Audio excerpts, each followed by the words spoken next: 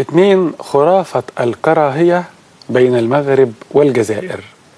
بعض وسائل الإعلام ووسائل التواصل الاجتماعي إعلام غربي بيتكلم كتير جدا على كراهية متبادلة بين الجزائر والمغرب، وكتير جدا بيشتغلوا على هذا الموضوع علشان يغذوا خلافات سياسية محدودة بين البلدين، يعمقوا ويجذروا الخلافات بين المغرب والجزائر.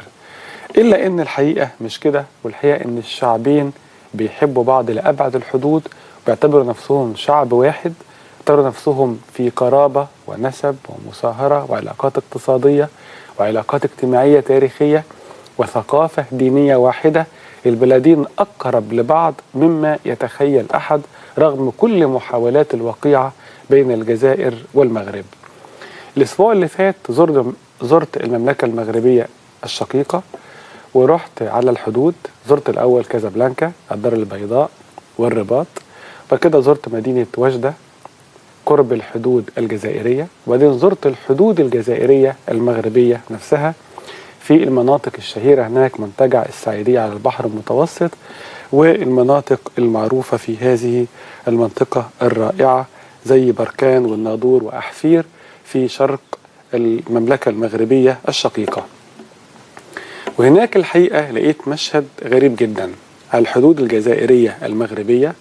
طبعا في حدود واضحة جدا، صعب جدا حد يعدي من هنا لهنا إلا إذا كان تهريب بطرق معينة، إلا إن الشعبين نفسهم الحدود تتفتح بين البلدين، لأن دول عائلات وأقارب ومنطقة واحدة، وده هيغذي الاقتصاد في الجانبين لو تم فتح الحدود بين الجزائر والمغرب.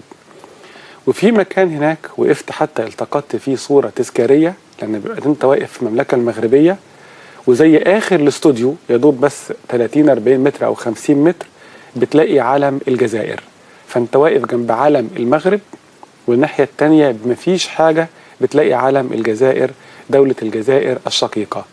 ولقيت ناس كتير جدا في المكان اللي احنا واقفين فيه بيسلموا على ناس كتير جدا في المكان التاني. فتحت علم الجزائر وجوه الجزائر ناس كتيرة واقفة تشاور، وتحت علم المغرب ناس كتيرة واقفة تشاور. في البداية اعتقدت دول قرايب، زي ما هو حاصل في كوريا الشمالية وكوريا الجنوبية أو في مناطق حدودية أخرى، تلاقي العيلتين كده اتقسموا، العيلة الواحدة اتقسمت عيلتين فيطلعوا يشاوروا لبعض عبر السور. إنما دول مش بس قرايب، في ناس كتير جدا مش قرايب، إنما مجرد إن هو مغربي بيسلم على الجزائري الناحية التانية. يعني ناس ما تعرفش الناس التانية بشكل شخصي، إنما بيسلموا على الجزائر عموما، واللي من الجزائر اللي موجود في هذا المكان سيدات ورجال.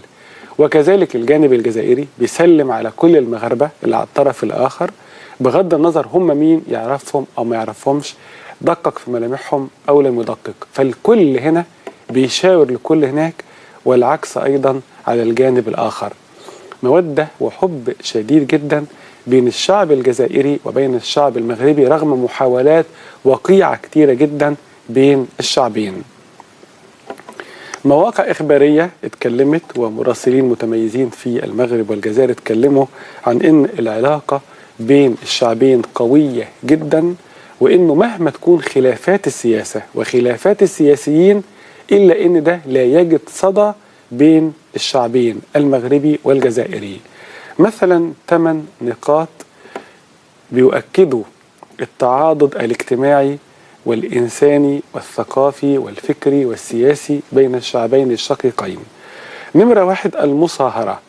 في علاقات نسب كتيرة جدا بين الجزائر والمغرب، في 15,000 عيلة مغربية عايشة في الجزائر، 15,000 عيلة جزائرية عايشة في المغرب، ناس كتيرة موجودين على الجانبين، طلاب في الجامعات على الجانبين. فالمصاهرة والقرابة والإقامة المتبادلة بتعد العلاقات بين الشعبين الشقيقين. 2 اللهجة. رغم ان اللهجة الجزائرية واللهجة المغربية صعب علينا كمصريين وصعب على المشرق العربي، إلا ان هي تقريبا لهجة واحدة، والكلمات الصعبة على الجانبين بيقدروا يفهموها من السياق. لو كلمة أو 2 فاتوا من سياق الكلام يقدر المغربي يفهم الدارجة الجزائرية والجزائري يفهم الدارجة المغربية، تقريبا لهجة واحدة. 3 المكون الأمازيغي. في أمازيغ في الجزائر وأمازيغ في المغرب، والاتنين ثقافة واحدة، والاتنين دين واحد، والاتنين لغة واحدة، والاتنين معالم واحدة زي القصور الطينية الشهيرة. فالأمازيغ هنا وهنا كمان بيقربوا الشعبين الشقيقين. 4. الرموز السياسية. السياسي المغربي الشهير المهدي بن بركة عاش في الجزائر وتخرج من الجامعة الجزائرية.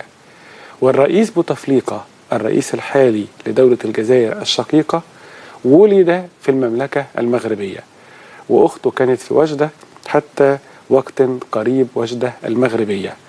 أيضا الرئيس بوضياف اللي كان رئيس الجزائر كان عايش في القنيطرة وسلا في المملكة المغربية.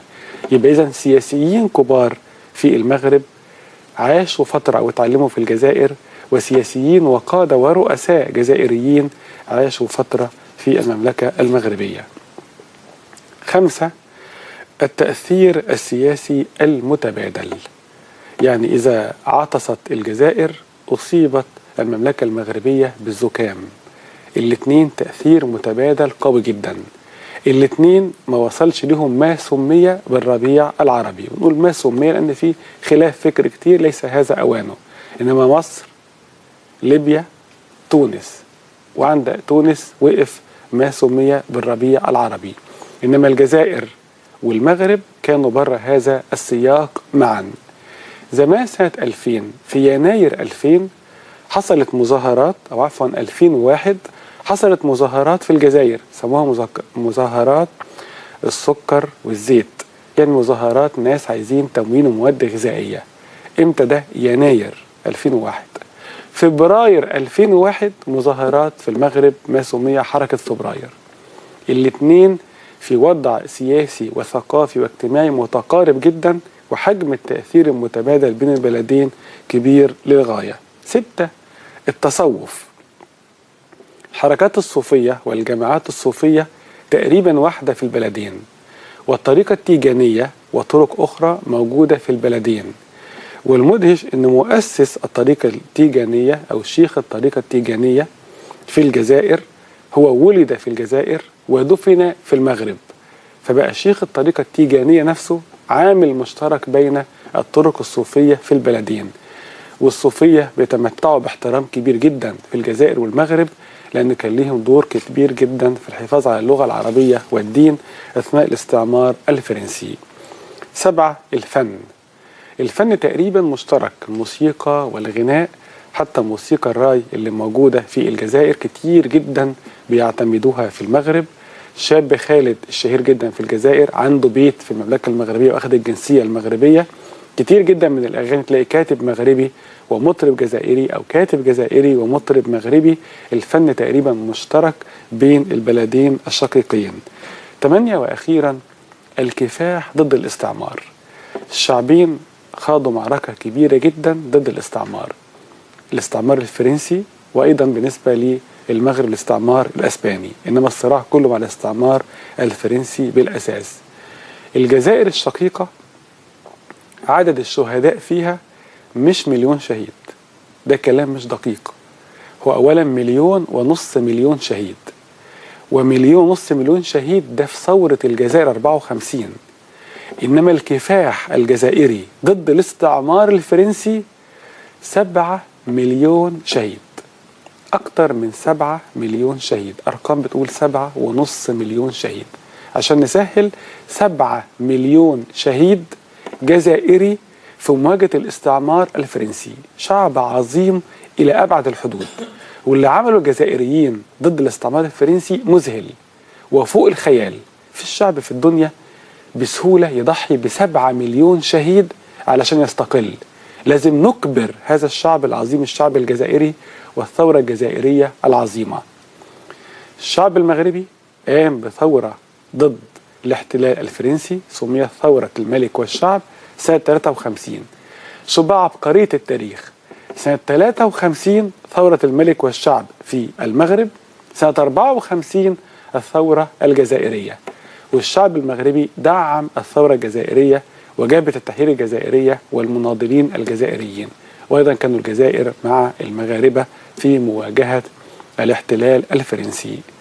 الحقيقة قصة الصداقة وقصة التاريخ المشترك وقصة الأخوة بين الجزائر والمغرب عظيمة جدا، لكن اللي عايز يدمر هذه الأمة يخلي لها داعش في ناحية، ويخلي صراع في الوسط، ويخلي معركة أو معارك كلامية أو إعلامية بين الجزائر والمغرب. اللي عايز يهد الأمة العربية يوقع بين الجزائر والمغرب، لأن دول لما يقعوا ببعض انسى خلاص المغرب العربي، جناح الأمة العربية الغربي انتهى. اللي عايز يكسر هذا الجناح يكسر العلاقات الجزائرية المغربية، وده اللي كل العملاء بيحاولوا يبذلوا جهد فيه، اللي باسم كرة القدم واللي باسم أشياء أخرى، لكن دي كلها محاولات لكسر الجناح الغربي للأمة العربية. علشان نمضي إلى مستقبل ينتظرون لازم نتفائل بشأنه إلى أمة عربية ماجدة، لابد إن احنا نرمم المسافة بين المغرب والجزائر ونؤكد على القيم المشتركة بين الدولتين الشقيقتين. في مقطع فيديو بيبين لينا الثورة الجزائرية، وكمان بيبين ثورة الملك والشعب في المملكة المغربية. ملك المغرب اللي قاد ثورة بلاده العظيمة في مواجهة الاستعمار، الملك محمد الخامس، والد الملك الحسن الثاني وجد الملك الحالي الملك محمد السادس. الملك محمد الخامس الحقيقة كان شخصية عظيمة، ومن أعظم الشخصيات اللي حكمت شعوبها في مواجهة الاستعمار، وأدى دور مذهل من أجل التحرر الوطني. وبعد كده الملك محمد الخامس تم نفيه إلى الخارج، ولما عاد من المنفى استقبل استقبالا عظيما. وهذا المقطع من خطاب الملك محمد الخامس بعد ثورة الملك والشعب في المملكة المغربية الشقيقة في مواجهة الاستعمار الفرنسي. ده خطاب جلالة الملك محمد الخامس لقاء ثورة الملك والشعب في المملكة المغربية الشقيقة 53 في مواجهة الاستعمار الفرنسي. 2. خرافة الكراهية بين المغرب والجزائر. بعض وسائل الإعلام ووسائل التواصل الاجتماعي إعلام غربي بيتكلم كتير جدا على كراهية متبادلة بين الجزائر والمغرب، وكتير جدا بيشتغلوا على هذا الموضوع علشان يغذوا خلافات سياسية محدودة بين البلدين، يعمقوا ويجذروا الخلافات بين المغرب والجزائر. إلا إن الحقيقة مش كده، والحقيقة إن الشعبين بيحبوا بعض لأبعد الحدود، وبيعتبروا نفسهم شعب واحد، يعتبروا نفسهم في قرابة ونسب ومصاهرة وعلاقات اقتصادية وعلاقات اجتماعية تاريخية وثقافة دينية واحدة. البلدين أقرب لبعض مما يتخيل أحد رغم كل محاولات الوقيعة بين الجزائر والمغرب. الأسبوع اللي فات زرت المملكة المغربية الشقيقة، ورحت على الحدود. زرت الأول كازابلانكا، الدار البيضاء والرباط، وكده زرت مدينة وجدة قرب الحدود الجزائرية، وبعدين زرت الحدود الجزائرية المغربية نفسها في المناطق الشهيرة هناك، منتجع السعيدية على البحر المتوسط، والمناطق المعروفة في هذه المنطقة الرائعة زي بركان والناظور وأحفير في شرق المملكة المغربية الشقيقة. وهناك الحقيقة لقيت مشهد غريب جدا على الحدود الجزائرية المغربية. طبعا في حدود واضحة جدا، صعب جدا حد يعدي من هنا لهنا إلا إذا كان تهريب بطرق معينة، إلا إن الشعبين نفسهم الحدود تتفتح بين البلدين، لأن دول عائلات وأقارب ومنطقة واحدة، وده هيغذي الاقتصاد في الجانبين لو تم فتح الحدود بين الجزائر والمغرب. وفي مكان هناك وقفت حتى التقطت فيه صورة تذكارية، لأن بيبقى أنت واقف في المملكة المغربية وزي آخر الاستوديو يدوب بس 30-40 متر أو 50 متر بتلاقي علم الجزائر، فأنت واقف جنب علم المغرب، والناحية التانية مفيش حاجة بتلاقي علم الجزائر، دولة الجزائر الشقيقة. ولقيت ناس كتير جدا في المكان اللي احنا واقفين فيه بيسلموا على ناس كتير جدا في المكان التاني. فتحت علم الجزائر وجوه الجزائر ناس كتيرة وقفت